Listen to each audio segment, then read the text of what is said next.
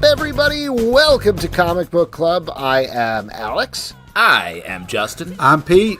And we're coming to you live from a couple places on the internet. We are live on Facebook, YouTube, LinkedIn, of course, Twitch, Kick, Instagram, or maybe you're listening later wherever you get your podcasts, wherever you listen to them. We're on every major platform. And just a note, if you want to get ad-free versions of this podcast and all the podcasts, we do patreon.com/comic book club. We also got a Black Friday discount going on. Ooh, all right. Black Fry 25? I actually should have looked that up before I said Black Fry, nice. Black Fry.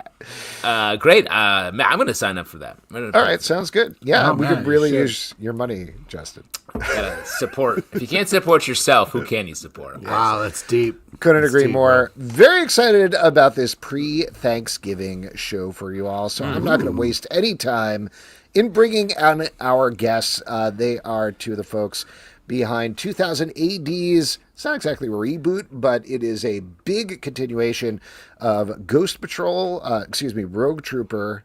The story is called Ghost Patrol. Ladies and gentlemen, Alex Campi and Neil Edwards. Welcome. Hey, Hello. welcome. Hey. How you doing?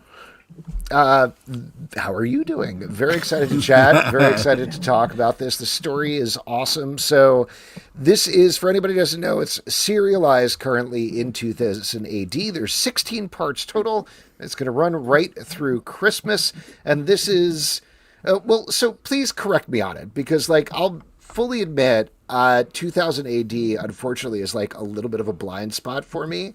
And certainly I looked into Rogue Trooper and Ghost Patrol, read the whole thing and everything, and it's an awesome, crazy sci-fi story. But, is this rebooting elements? Is this just kind of going back and giving the origin that's not been quite told in this fashion? Or how do you view it?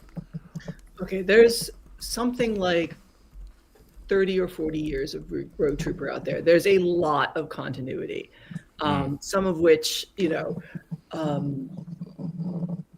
departs radically from the original concept, some of which sticks to it. Different writers and artists come in and they put their own vision on it. And, 2000 AD is a weekly magazine in the UK.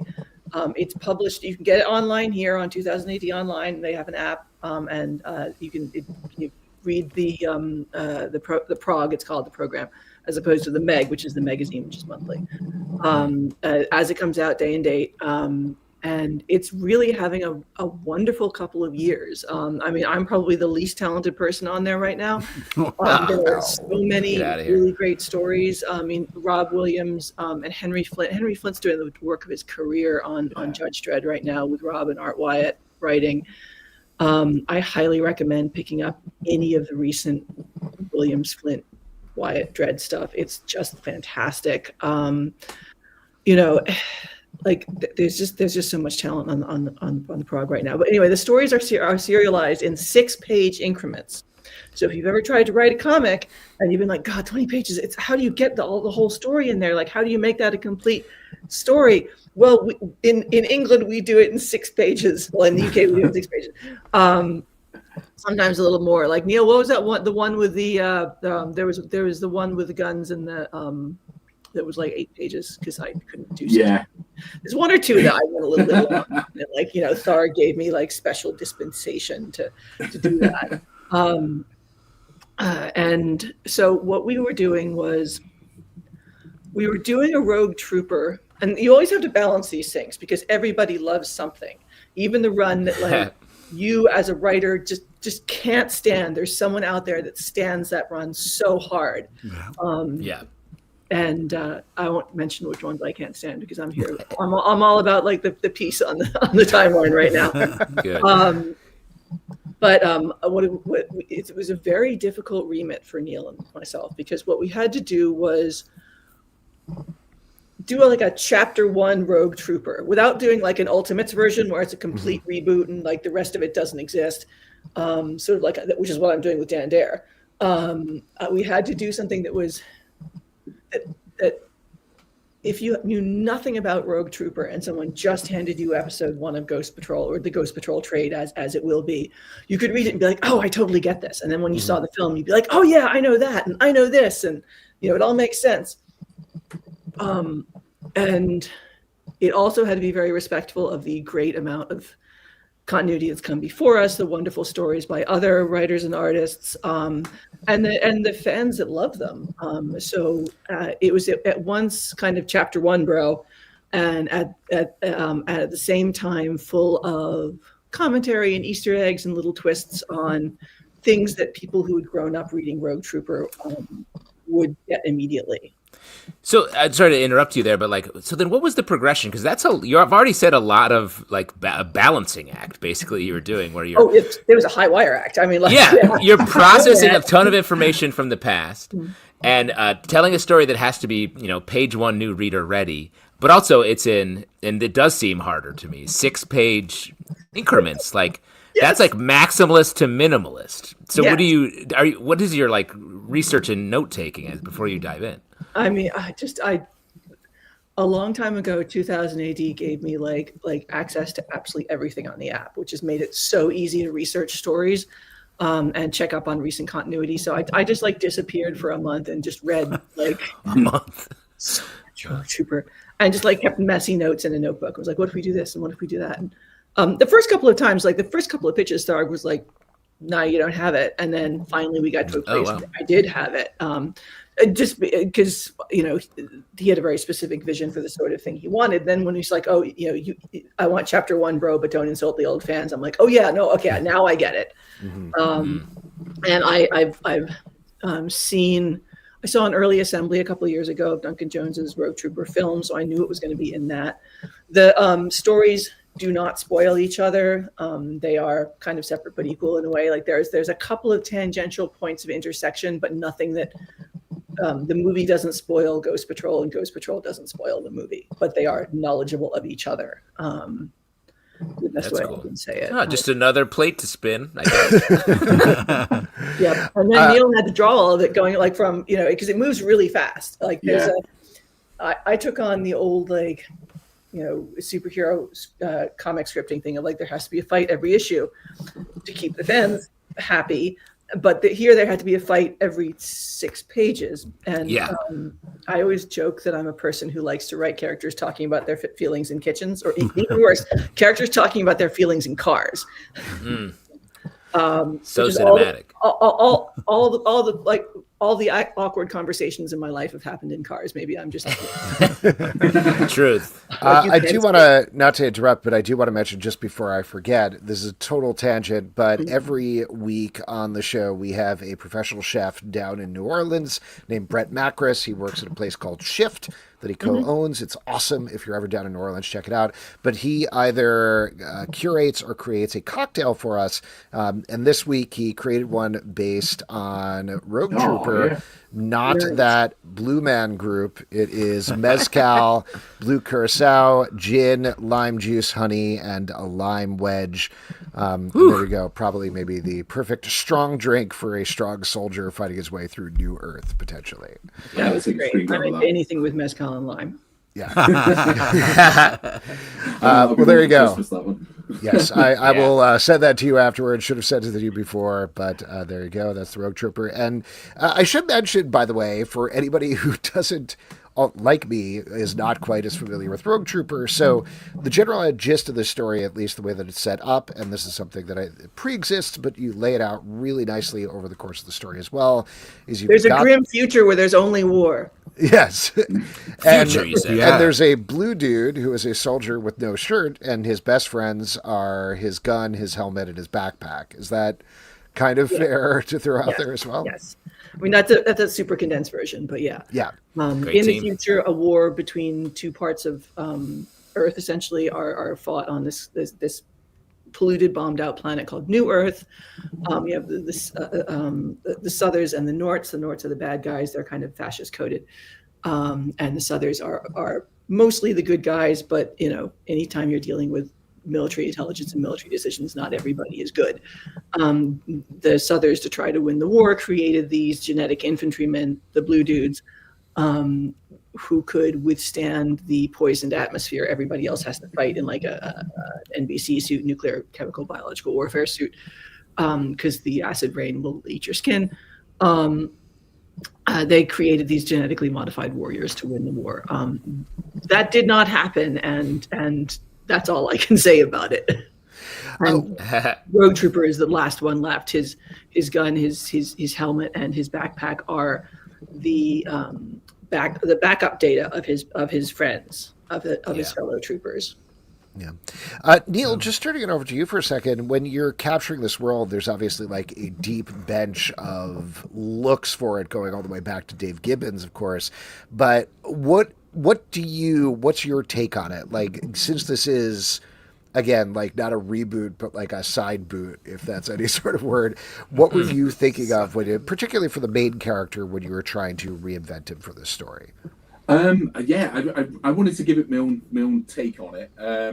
I initially just looked at. I did loads of like sketches of initially when I first Matt sent us the script, and I was like, oh my! It was like really intimidating. I was like, because it's such an iconic character in the UK, and I did loads of sketches. And one thing I really wanted to do, I wanted to bulk him up a little bit. So I just imagined if he was, this guy, he's just there bare-chested on the battlefield. He's going to be trying rallying the troops. So I wanted to make him larger than life, almost like he could take on a tank by himself. So I bulked him up a little bit from previous versions.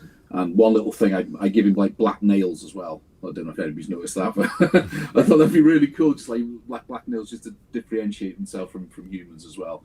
But yeah, I think that with it as well, I really wanted to explore like the design language of each of the different factions, on New Earth as well. So each of the tech and the weaponry has got its own style. So I did a lot of research on some military weaponry and tanks and things like that. So I hope that's paid off from the look and the architecture of the buildings as well.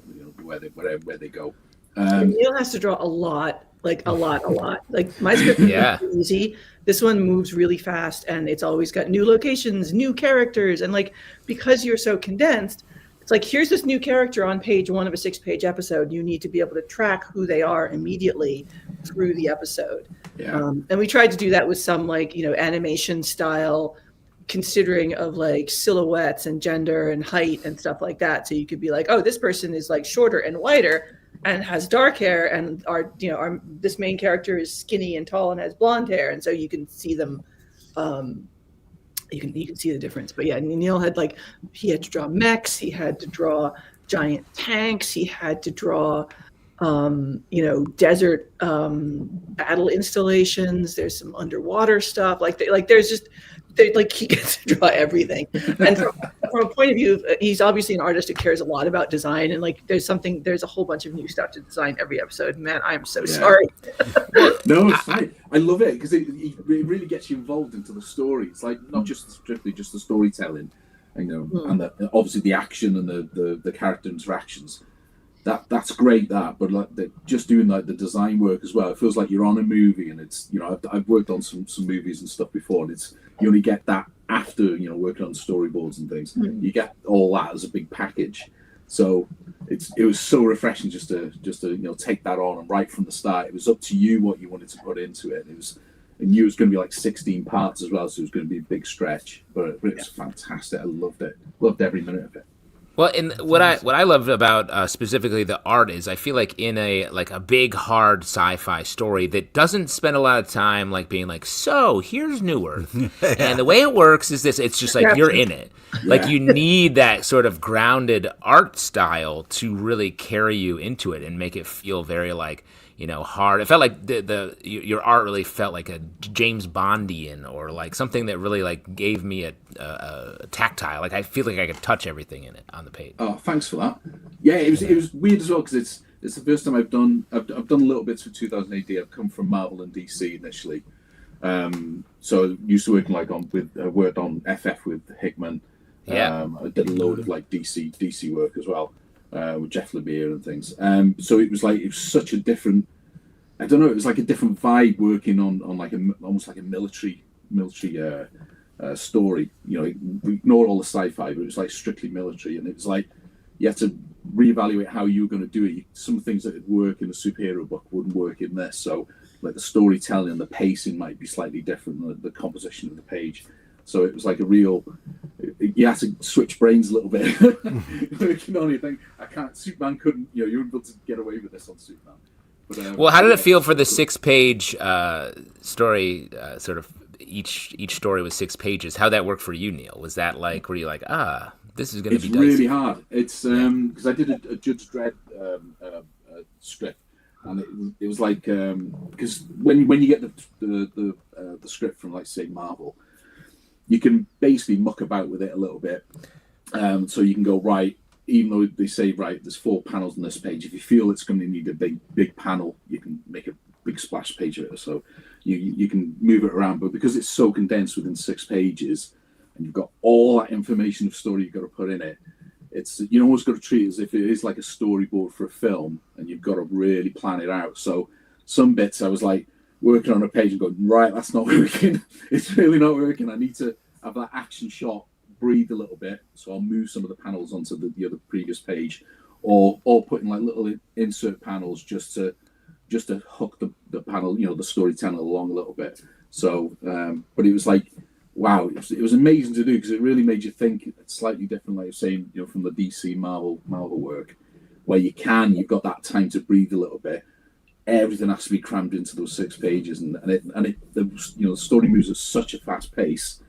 Yeah. It's like, wow, I've got to cram all this story in. I kind of over-paneled it in places. I got to admit, like, there was some bits where I was like, I'm sorry. Like, I mean, the way I work is that Neil got the entire story like in one, like all 16 episodes got sent to him. Wow. So, oh wow, yeah. So he had the luxury of, like, at least it was all there, and none of it he wouldn't be waiting on me.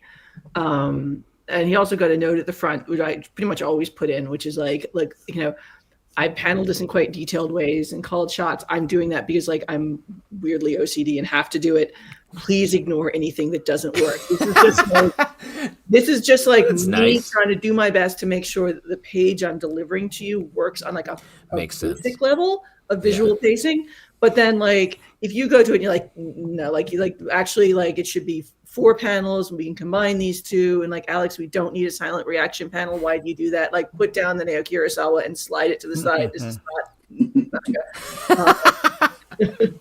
It's great though, because getting those 16 parts in one hit, you could really visualize the story of where it was going to go, and it give you a chance of, like, little things you could put earlier on in the story that's going to pay off later on. Yeah, that's really cool. Because I have to, like, because I'll be writing episode 10 and be like, oh shit, I need to go, like, fix a little bit of dialogue in episode 2, or, like, change something to make the payoff later on work better. Because I'm terrified that if I just, like, do it like a normal person and just hand in, issue by, like, episode by episode to Tharg, like, I'll do that, and I'll be in the middle of, like, episode 7 and be like, oh god damn it, I could just go back. And you can't do. I mean, you can do that, but, like, everyone in, like, the comic production pipeline is going to think you're a giant jerk. Yeah, they're mad at you. They're mad at you in that way. That's good. Keep it tight.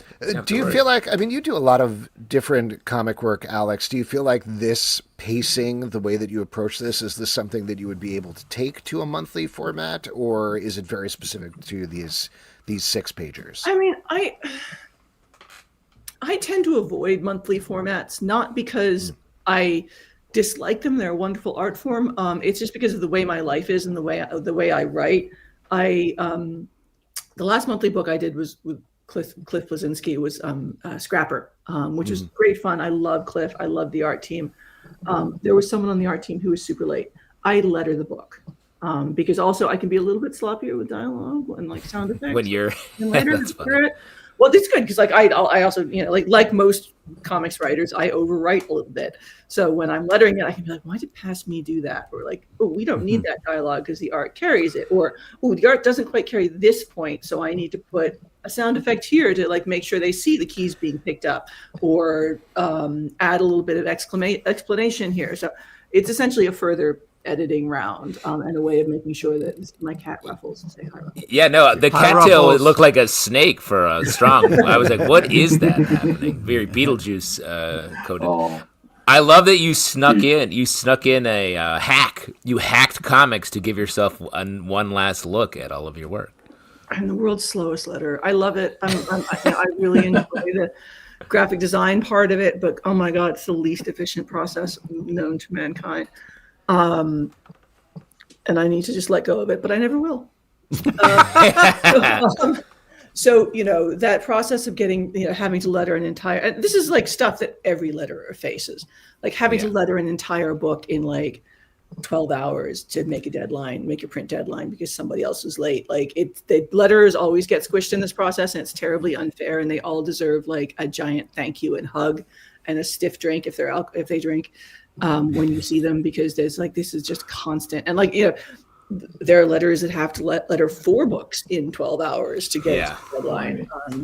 So I really prefer to write standalone graphic novels that aren't serialized first, because then I write the entire script like a freak, and then the artist draws it like in between other things and like when they have time, and because the page rates for graphic novels are, for any of this, is never what it is to be a living wage. So like having the entire graphic novel script there means the artist can be like, oh, like, okay, so Marvel is going to pay me, X $100 per page for this mini series. I'll do it. And, in around that, I'll work on Alex's thing. Right. And then we get books out. And so I do feel that like Rogue Trooper was a really, really good reminder of like how much fun, like mainstream fast-paced action is. And I should write less crying in cars and more. So we're sort of doing that. Yeah. I mean, then I moved on to Dan Dare, which has a little bit of crying in spaceships, but like, I wanted to ask you about something you mentioned earlier. So for the folks who don't know, like you said, Duncan Jones made a movie of Rogue Trooper. I believe it's done by this point, and just TBD in terms of release date. You also worked with Duncan Jones a couple of years back on a project called Maddie, if I remember correctly. Yes.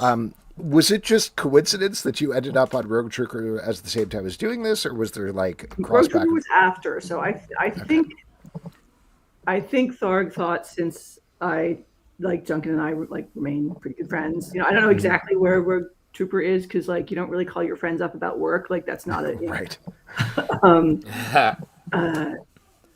So he knew that I was friends with Duncan, and that I probably knew what was going on in the movie and could make sure that we weren't yachting off in one direction, like yachts off in another. Maybe Tharg just liked my work, and there was Tharg sometimes have to give me a little sort of upside the head to remind me to pitch. He'll have to call me up and be like, Alex, I want a 2-part Judge Dredd thing, and I want it by in 2 weeks. I'm like, oh my God, what a dream. You have people calling you to pitch that. How'd you work that out? Well, I mean, if you just don't pitch anybody and they realize the only way to actually get you to work on their comic or for their publisher is to contact you because you're off writing some insane 250-page medieval heist story, then I'm just doing my thing. I'm just writing books. And so people want me to write books for them.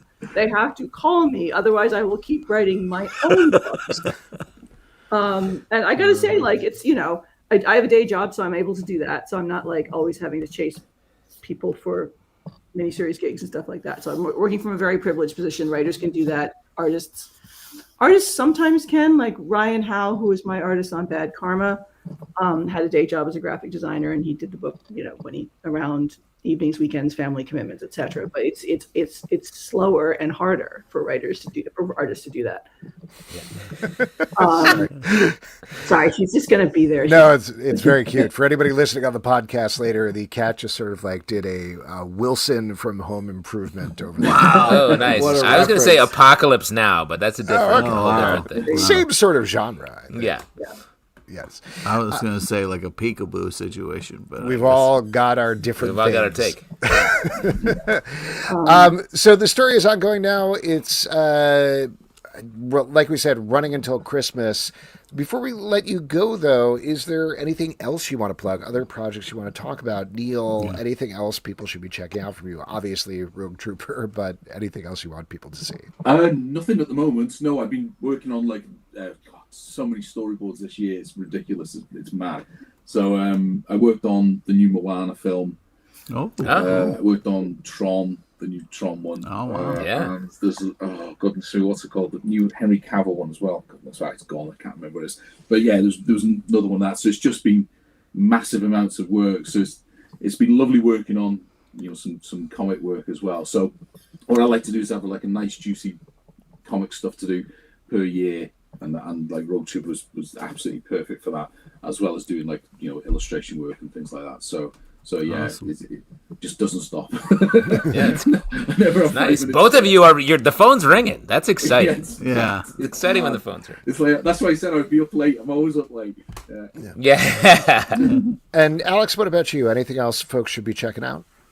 I mean, other than my existing work, I'd say pick up Bad Karma. It's a fast-paced action comedy. Again, I'm very heavily military-based. And Duncan Jones's and My Maddie, which is now out from Image Comics and can be gotten digitally, where it was before on a publisher that didn't offer a digital version. Awesome. I'd say also sign up for the Dan Dare Kickstarter. I'm taking on another well-known British sci-fi hero next year. We've already written the script for that because that's what I do. And I'm going to drop this in the group chat here, and then someone else can do it. And then eventually Tom Fowler and I are doing a medieval heist book, but I just need to finish it. Oh, that's you say medieval heist. That sounds really fun. Yeah. Tom Fowler's great. 11 other nights, Yeah. Very fun idea.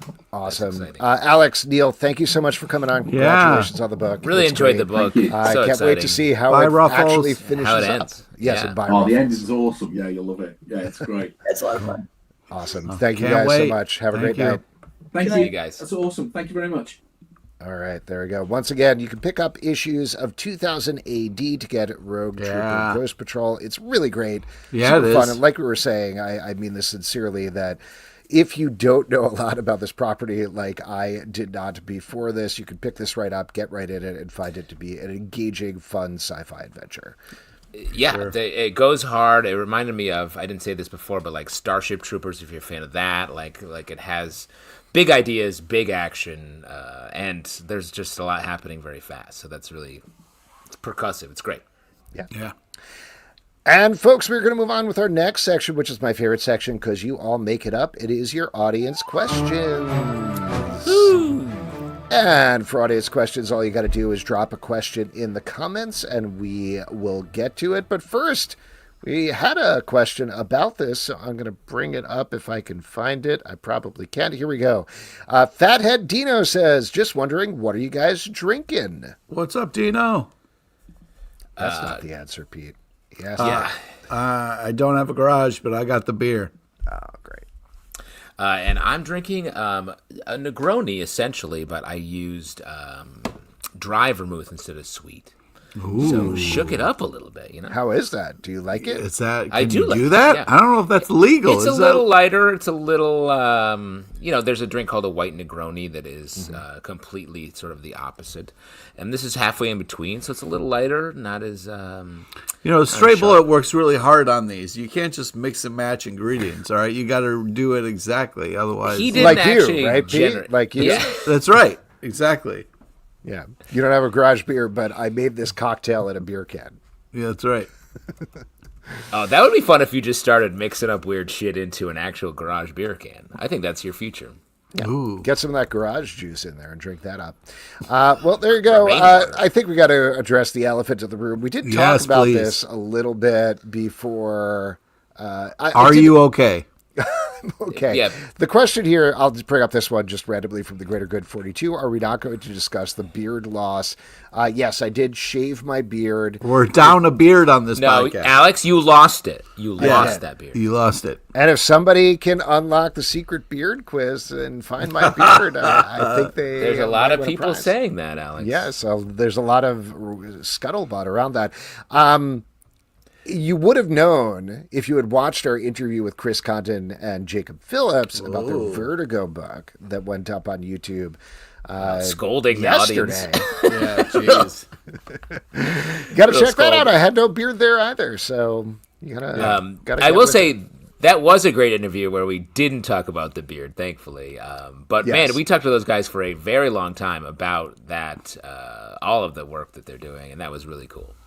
Trust me, before and after the interview, we talked about the beard a lot because it was really throwing me off. Something you all know is that Pete, whenever anything changes, Pete, like, literally can't deal. he cannot deal. And so it's a tough, there's a recovery I process. need a little heads up. You know what I mean? It's like, hey, listen, before you get on, just so you know, some things have changed. I told you denial, this. I legitimately, and then there's Sorry, go ahead, Justin. I was going to say my joke. There's denial, and then there's whatever the 4 other steps are. I've never got that far. I was just going to say that, and this is true, that after I told my wife, because she was home after I shaved my beard and thought about how I was going to tell my kids, I was like, I should really text Pete and let him know. Yeah.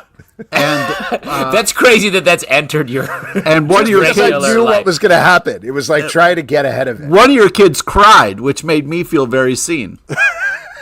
Was that the first time you saw yourself on my kids? I don't know. Don't say it like that. Ever. Cool. Kid representation. Anyway, we got. But you are okay, right? I'm fine. I just shaved my beard, Pete. All right. What do you think? Just real quick, Alex.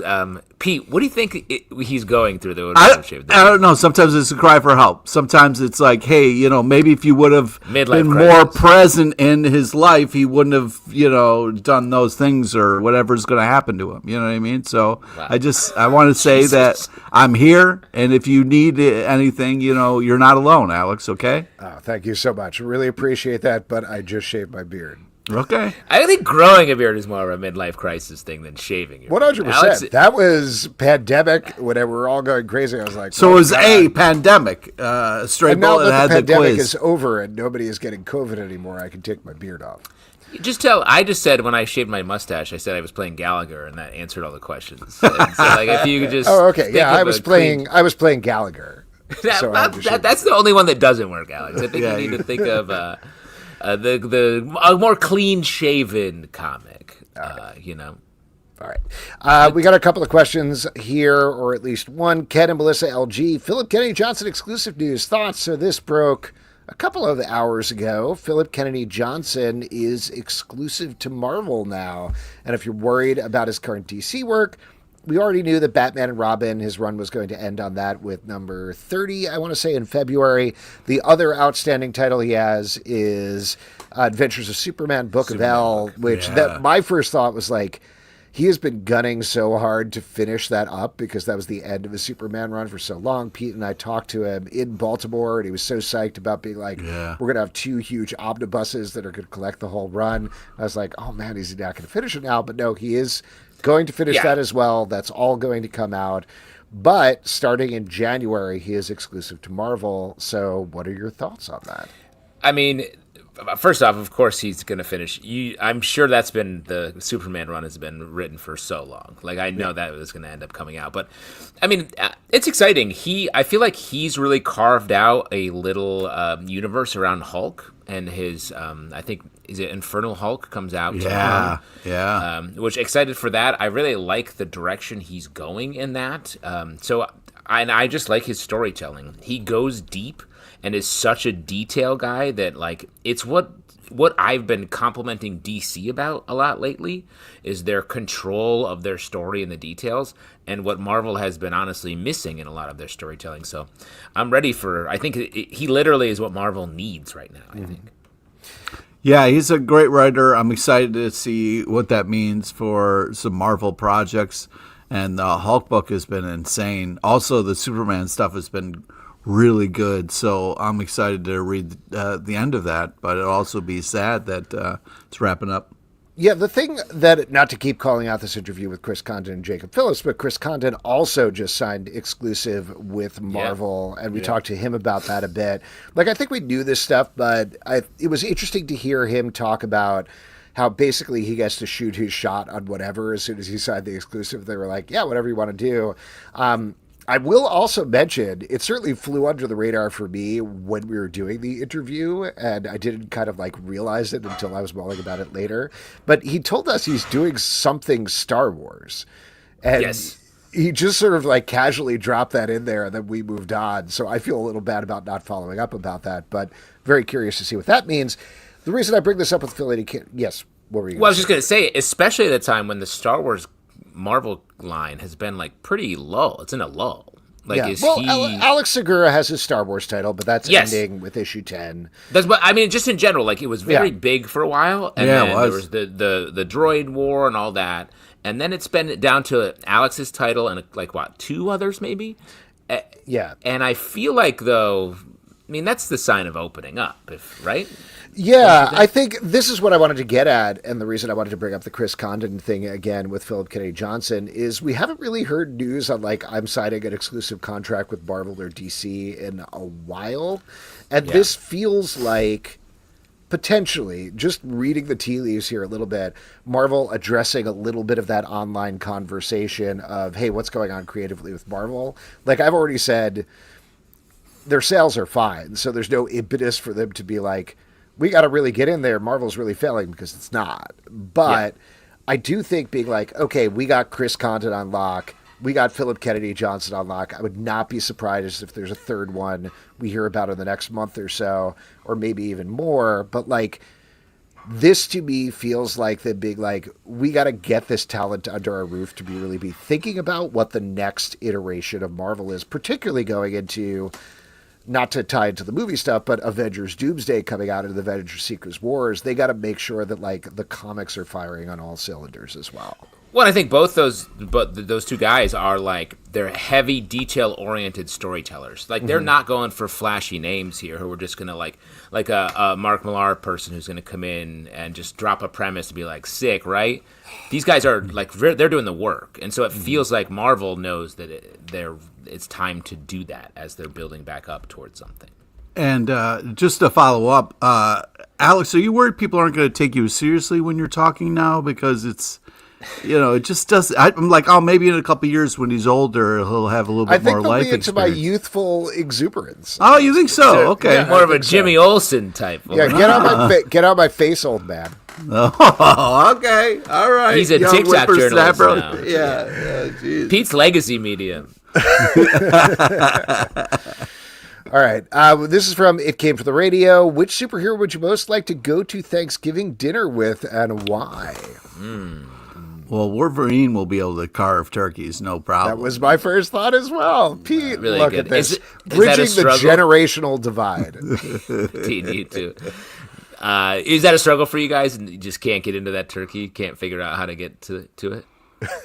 That's definitely panicking my wife right now. We don't usually make a turkey. We usually, if we have Thanksgiving at our place, she'll cook chickens because she doesn't like turkey at all. Oh. There's tiny versions. Yeah, they're like little turkeys, basically. But my son very specifically requested a turkey, and she was like, we got to watch videos on how to cut it. And I was like, I don't know. I think we can probably figure it out. It's the same. It's the same. It's a little trickier. Honestly, when you hit the bone, that's when you stop. Just you keep going. Right? Yeah. You have one of those old-fashioned electric knives that like vibrates a little. My grandmother had one of those, and we were like, "Cool technology," and then we were like, "This is making a huge mess. What a disaster this is." Maybe The Thing. That would be fun. He'd probably have some fun stories and be boisterous and like pick up the kids over his head and stuff. It's interesting. You guys both pick people who are like, they're messy though. Like he's got rock hands. Wolverine, maybe he's sharp, but he's not. He's got 3 knives. He's slicing all around. Captain Cleanliness or something like that? No, I want someone who's going to make the food taste good. You know what I mean? Like Agent Cajun? You want a superhero who's going to cook for you. Oh, well, sorry. Are you cooking for the Wolverine and the Thing and they're carving? Yes, that was my assumption. Yeah. I feel like everyone what kind of guests do you think? I think everyone's bringing a dish, and maybe I want to have Gambit come and inject some fucking Creole spices into it, like Pete was so adamant about earlier. That's how you got to do it. I deep fry my turkey in peanut oil, and you got to inject Creole seasonings and spices in there. Gambit could just shoot him from across the room on a playing card. He'd make a turkey explode. What are you guys even talking about? If anything, you could have like Green Arrow come. He's always making chili constantly, so he could bring some chili or something. Chili? That's not right. It's wrong. I don't know. You can have whatever. Who cares? Thanksgiving chili. You can have whatever. Who cares? I think you want to have. You know what you really want is you want to have a group of friends over. So you want to have Friendsgiving. I don't know, the New Mutants from like the early '90s. That's great. I'd like to have a Revelation come over and command everybody. Yeah. The age of Thanksgiving has come. This turkey is a babble. I've taken language from this turkey, and it will never speak. Hey, family, this is Maggot. Hey, me, maggot. Don't touch his friends. Well, I think we talked about this. Easy Reader 7839 says, what are your Thanksgiving plans? We are having Thanksgiving here at our house. So starting tomorrow early, I'm going to be cooking nonstop for the next 2 days. What about you guys? I head over to my brother's, and we deep fry the bird in peanut oil, and it's delicious. And when did you hunt the bird? Did you have your muzzle loader handy to kill the Thanksgiving? No, geese? I don't partake in that, but thank you. I have to stay in the city. I usually go to my fam or my wife's fam, but I have to stay in the city because I have a rehearsal for this show I'm doing on Friday at the Metropolitan Opera House. No questions, no answers. Hey, Zalvin, did you know that this guy's a mascot in like a TurboTax commercial? Please don't say TurboTax. H&R Block. I play Max Refund. Do you know that, Zalvin? No, I didn't. Oh, wait, the radio ads or TV ads? No, I'm in the suit. Oh, no, I didn't know that. You didn't answer the question. Is it Congratulations. TV ads? Yes, there's not a lot of. He doesn't speak, so he's not in the radio ads. But so we're going to be in town, and so I think we're actually going to go to my wife's family that's nearby, and I will be cooking the turkey as well. Nice. I'll have to check out these H&R Block commercials. Yeah, man. Coming soon. More coming soon. Awesome. Fred Istri says, which comics would you guys recommend to someone whose most recent comic was Immortal Hulk, aka B?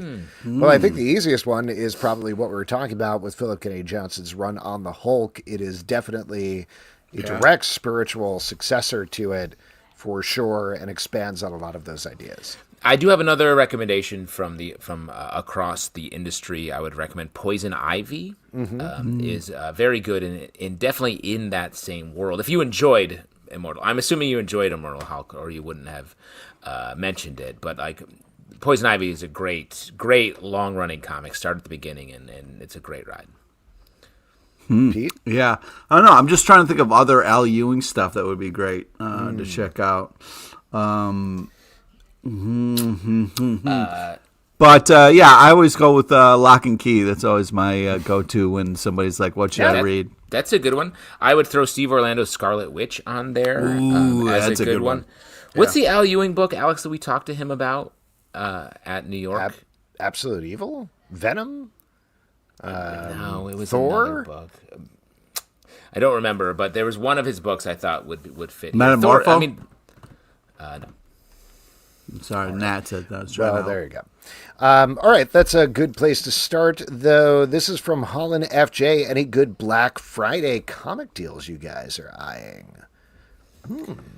Black Friday comic deals. I was looking at the Tokyo Pop site for my son because he's been very into Spy Family, the manga.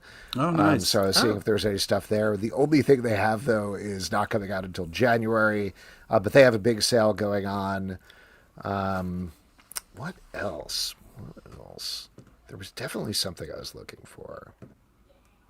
I'm not. I should look up some Black Friday comic deals. It sounds like. Yeah. Are there? Is there that? Yeah, I mean, everybody has it. Every store has them. I'm sure if I looked up Midtown Comics right now. Yeah, I'm sure they would. Yeah. We have one. Yes. Oh, they have today 50% off back issue incentives in Midtown exclusive comics, online only from Midtown. And then, they're through, 60% off indie back issues. So they don't have their Black Friday sales up, but they'll have something. They usually do, yeah. Yes. All right, bad answer there. Sorry, everybody. This is from A Greater Good 42. Any ideas or thoughts on the Mets offseason plans? I mean, Pete, you probably have to answer this one, but you're a Yankees fan, right? That's right, yeah. New York Yankees. So, yeah, unfortunately, good luck, Mets. A friend of mine became a Mets fan, and now that's like a defining thing about his personality. He wears Mets clothing a lot, and he seems unhappy constantly. So I think it's tough. Continue to chase the darkness. It's tough. Yeah, It's I would say read comics. Yeah, that's. I would recommend some horror comics like The Immortal Hulk for the Mets fans. I'd say check out Kia Z. All right, this is from Stray Bullet. Real question. There's been a lot of photos being released online of Secret Wars set photos with a bunch of the cast, including some X-Men, Tobey Maguire, etc. How much of this is true? So first of all, it's probably Doomsday, not Secret Wars, maybe, unless there's something I missed.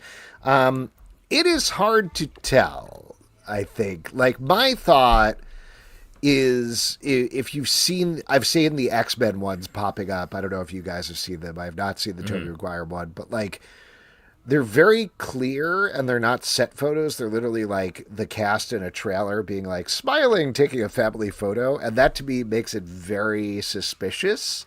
Like if it was something from like behind a light or something like that, or like of a screen. Or like a long lens. Exactly. I'd a believe sneak it. Photo. A lot more than like, yep, we all posed and then oops, it leaked. You know, it's possible, but that to me says probably some sort of photo manipulation.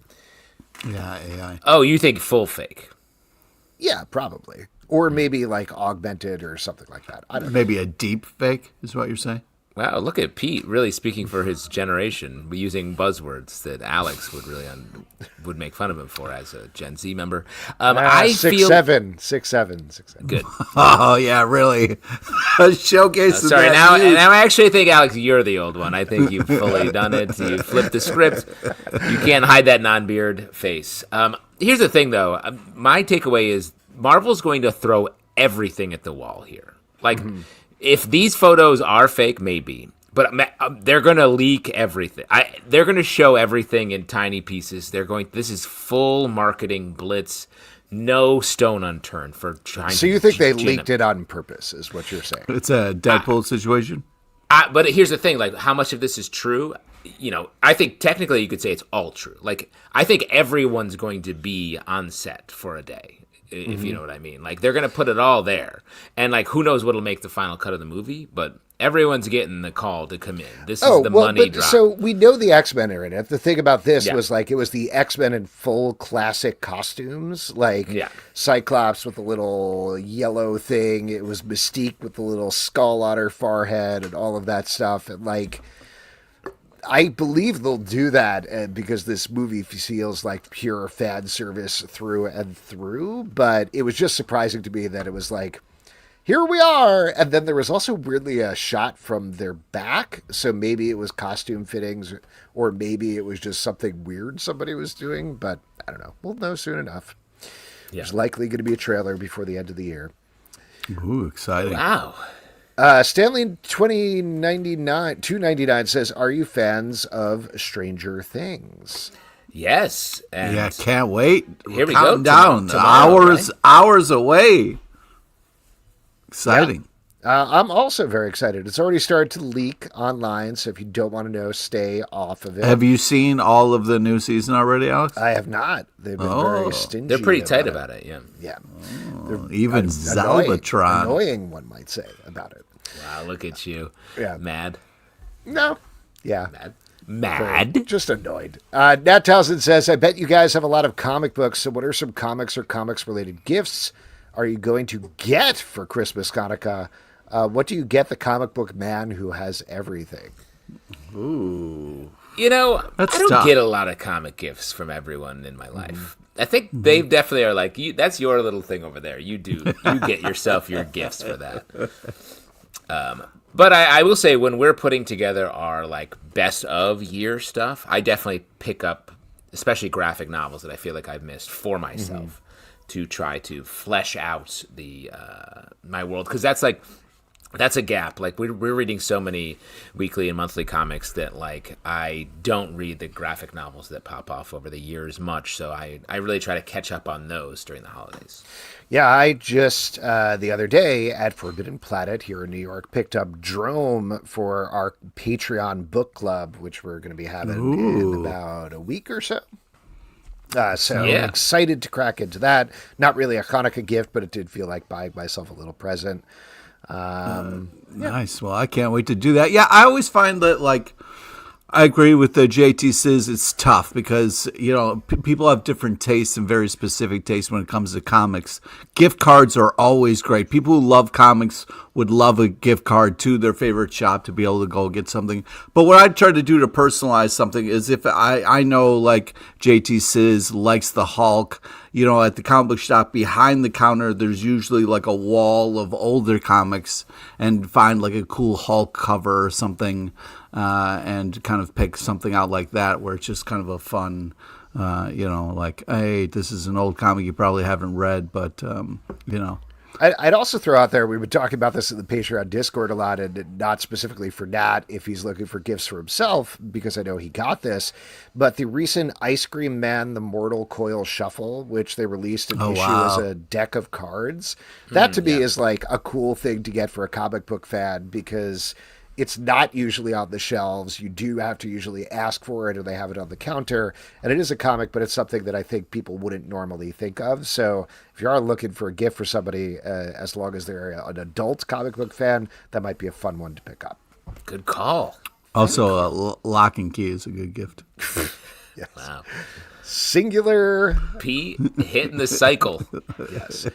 And now it is time to hit the Pete cycle. Oh, boy. Next section. Unlock the key to Pete LePage. All righty. Is that new music? Yeah. No, that was like towards the end of audience questions, which we never play. Oh. Yeah. Someday I'll play the full song so people can. Oh, yeah. No, we got to release the soundtrack so people can really do Comic that Book Club in concert with a full orchestra. Oh, beautiful. Would love. If you want to do trivia, say me. Yeah, this is the part we give back to you, the lovely audience. It's an opportunity to win $25 free to Midtown Comics online, because if you had $25, you probably want some comic books, you know what I mean? So all we need is a first hand up, a me, pick me, make JT Sizzle do it, you know, anything like that. The last week, Alex, Pete had fun facts at the end of every question, and no one selected them. The fun facts were ignored. Oh, dear. Yeah.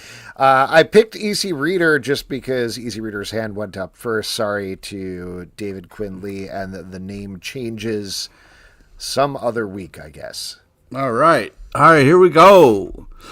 Today's trivia is about the comic Berserker and a small nod to the legend Samantha Egger. R.I.P. Please listen to all three options before making your selection. Here we go. Question number 1. This badass comic series called Berserker is written by Matt Kent and blank. Is it A, Keanu Reeves, That seems crazy. B, Allie, I wish you would, the tail ain't nowhere near that donkey, C, Allison Ames? What? Wait, you did pin the tail on the donkey? That's right. Oh, okay. Wow. A? Is it A? A is correct. Easy Reader typed that before the question was finished being said. Oh, Easy Reader calling the shots. Here we go. Question number 2. Curtis dying for a D pick. Question number 2. Berserker is said to be half human, half blank. Is it A, half god warrior, B, Terrier and half southern gentleman, or C, Terry Southern? Back off. Pete turns up his mic so he can really shout trivia like a bingo caller in a small town church. I get a little hot sometimes. I get a little excited. Oh, do you? Yeah, I've never noticed that. Yeah. My love for you is like a truck berserker, is what the greater good says. Oh, nice. Yeah, nice. A? Is it A again? A is correct. Here we go. Last one. Question number 3. Which comic company first put out Berserker? Is it A, Boom Studios, B, Why Do I Feel Like You're Always Trying to Trick Me, C, John Kahn? It's crazy. I used to know the names that you would say, and now I don't. Yeah. Well, I had to touch Pete. A? Is it A? A is correct. Wow. Well, I had to, I had to get crazy with it because people were guessing stuff, Oh, yeah. Yeah. You definitely got to get more. Well, further away congratulations from to reality. Easy Reader. You're going to get a $25 gift card to Midtown Comics. I'll try to get it to you quickly if you email me, so you can use it for Black Friday sales when they come. Ooh, But yeah. Pete, Great call. what is the secret movie? Of course, we're talking about the 1965 award-winning psycho thriller, The Collector. See what I did there? Comics, Wow. The Collector. Met with silence. Well, not going to be met with silence is the wonderful comics that are coming out tomorrow in comic book yes. stores. Pete, what are you looking forward to? Oh my God, so much great stuff. Berserker, The Bleeding Tide, #1. Super excited about that. Great team on that. Can't wait to read it. Some amazing art. And also Absolute Batman #14. Hells to the yeah. Scott Snyder is killing the game, and the art is unbelievable. I can't wait. I'm so excited to read this. Justin? Really nice. I can't believe Pete didn't say Absolute Wonder Woman, which is really good. But Pete hates it, unfortunately. How because- dare you? I don't know. He seems to have lost touch with it. But I have a trio of titles I want to hype up. We talked about him a lot. The Infertile Hulk #1 by Philip Kennedy Johnson. Yes. We've just been loving that. The fact that he's getting to start over with the #1 here is really exciting. Been loving the book so far. Got to hype up Cloak or Dagger #2. We've, been medium on the Age of Revelation in general, but this book, I want this book to continue. Like, I thought the first issue was excellent. I think this is a great way to play Cloak and Dagger in the regular Marvel Universe, so I'd love to see more from that. And, of course, Department of Truth #34. We're on. Oh yeah, we had, and I want to shout out Easy Reader there, KO #2. Excited to read that as well. Yeah. A couple of other titles I'm excited about. Devil on My Shoulder #1 is coming out from Kyle Starks and Piotr Kowalski. They're a great team of horror writer and artist. They've done a bunch of stuff for Dark Horse so far and haven't missed, so I'm excited to see what they do here. Also, after, I believe, a little bit of a delay, there's a new issue of Trinity, Daughter of Wonder Woman by Tom King and Belen Ortega. Get you in the I feels. love that book. We'll find out. Usually they're pretty funny, right, Pete?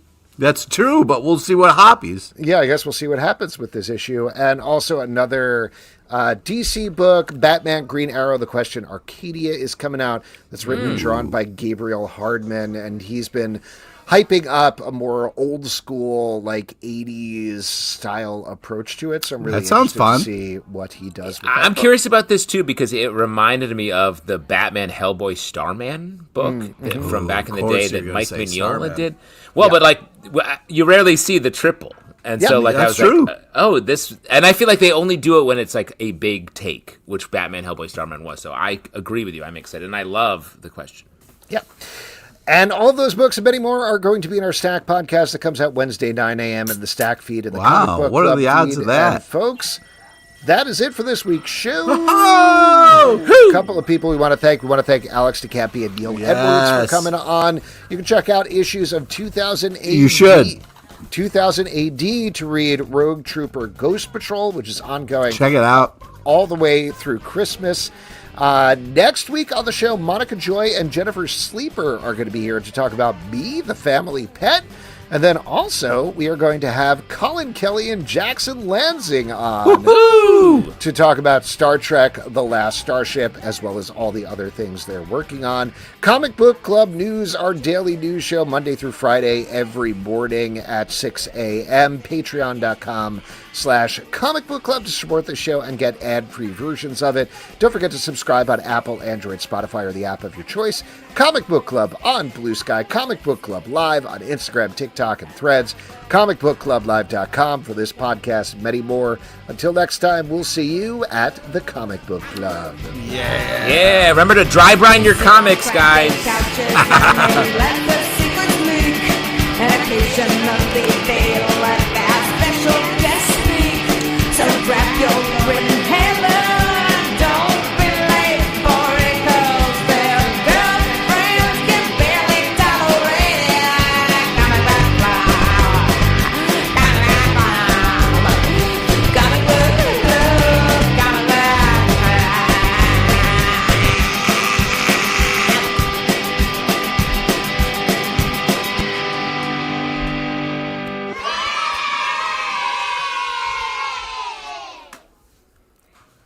Thanks, everybody. Have a great night. Take Take care of yourself. Good night, folks. Happy Thanksgiving.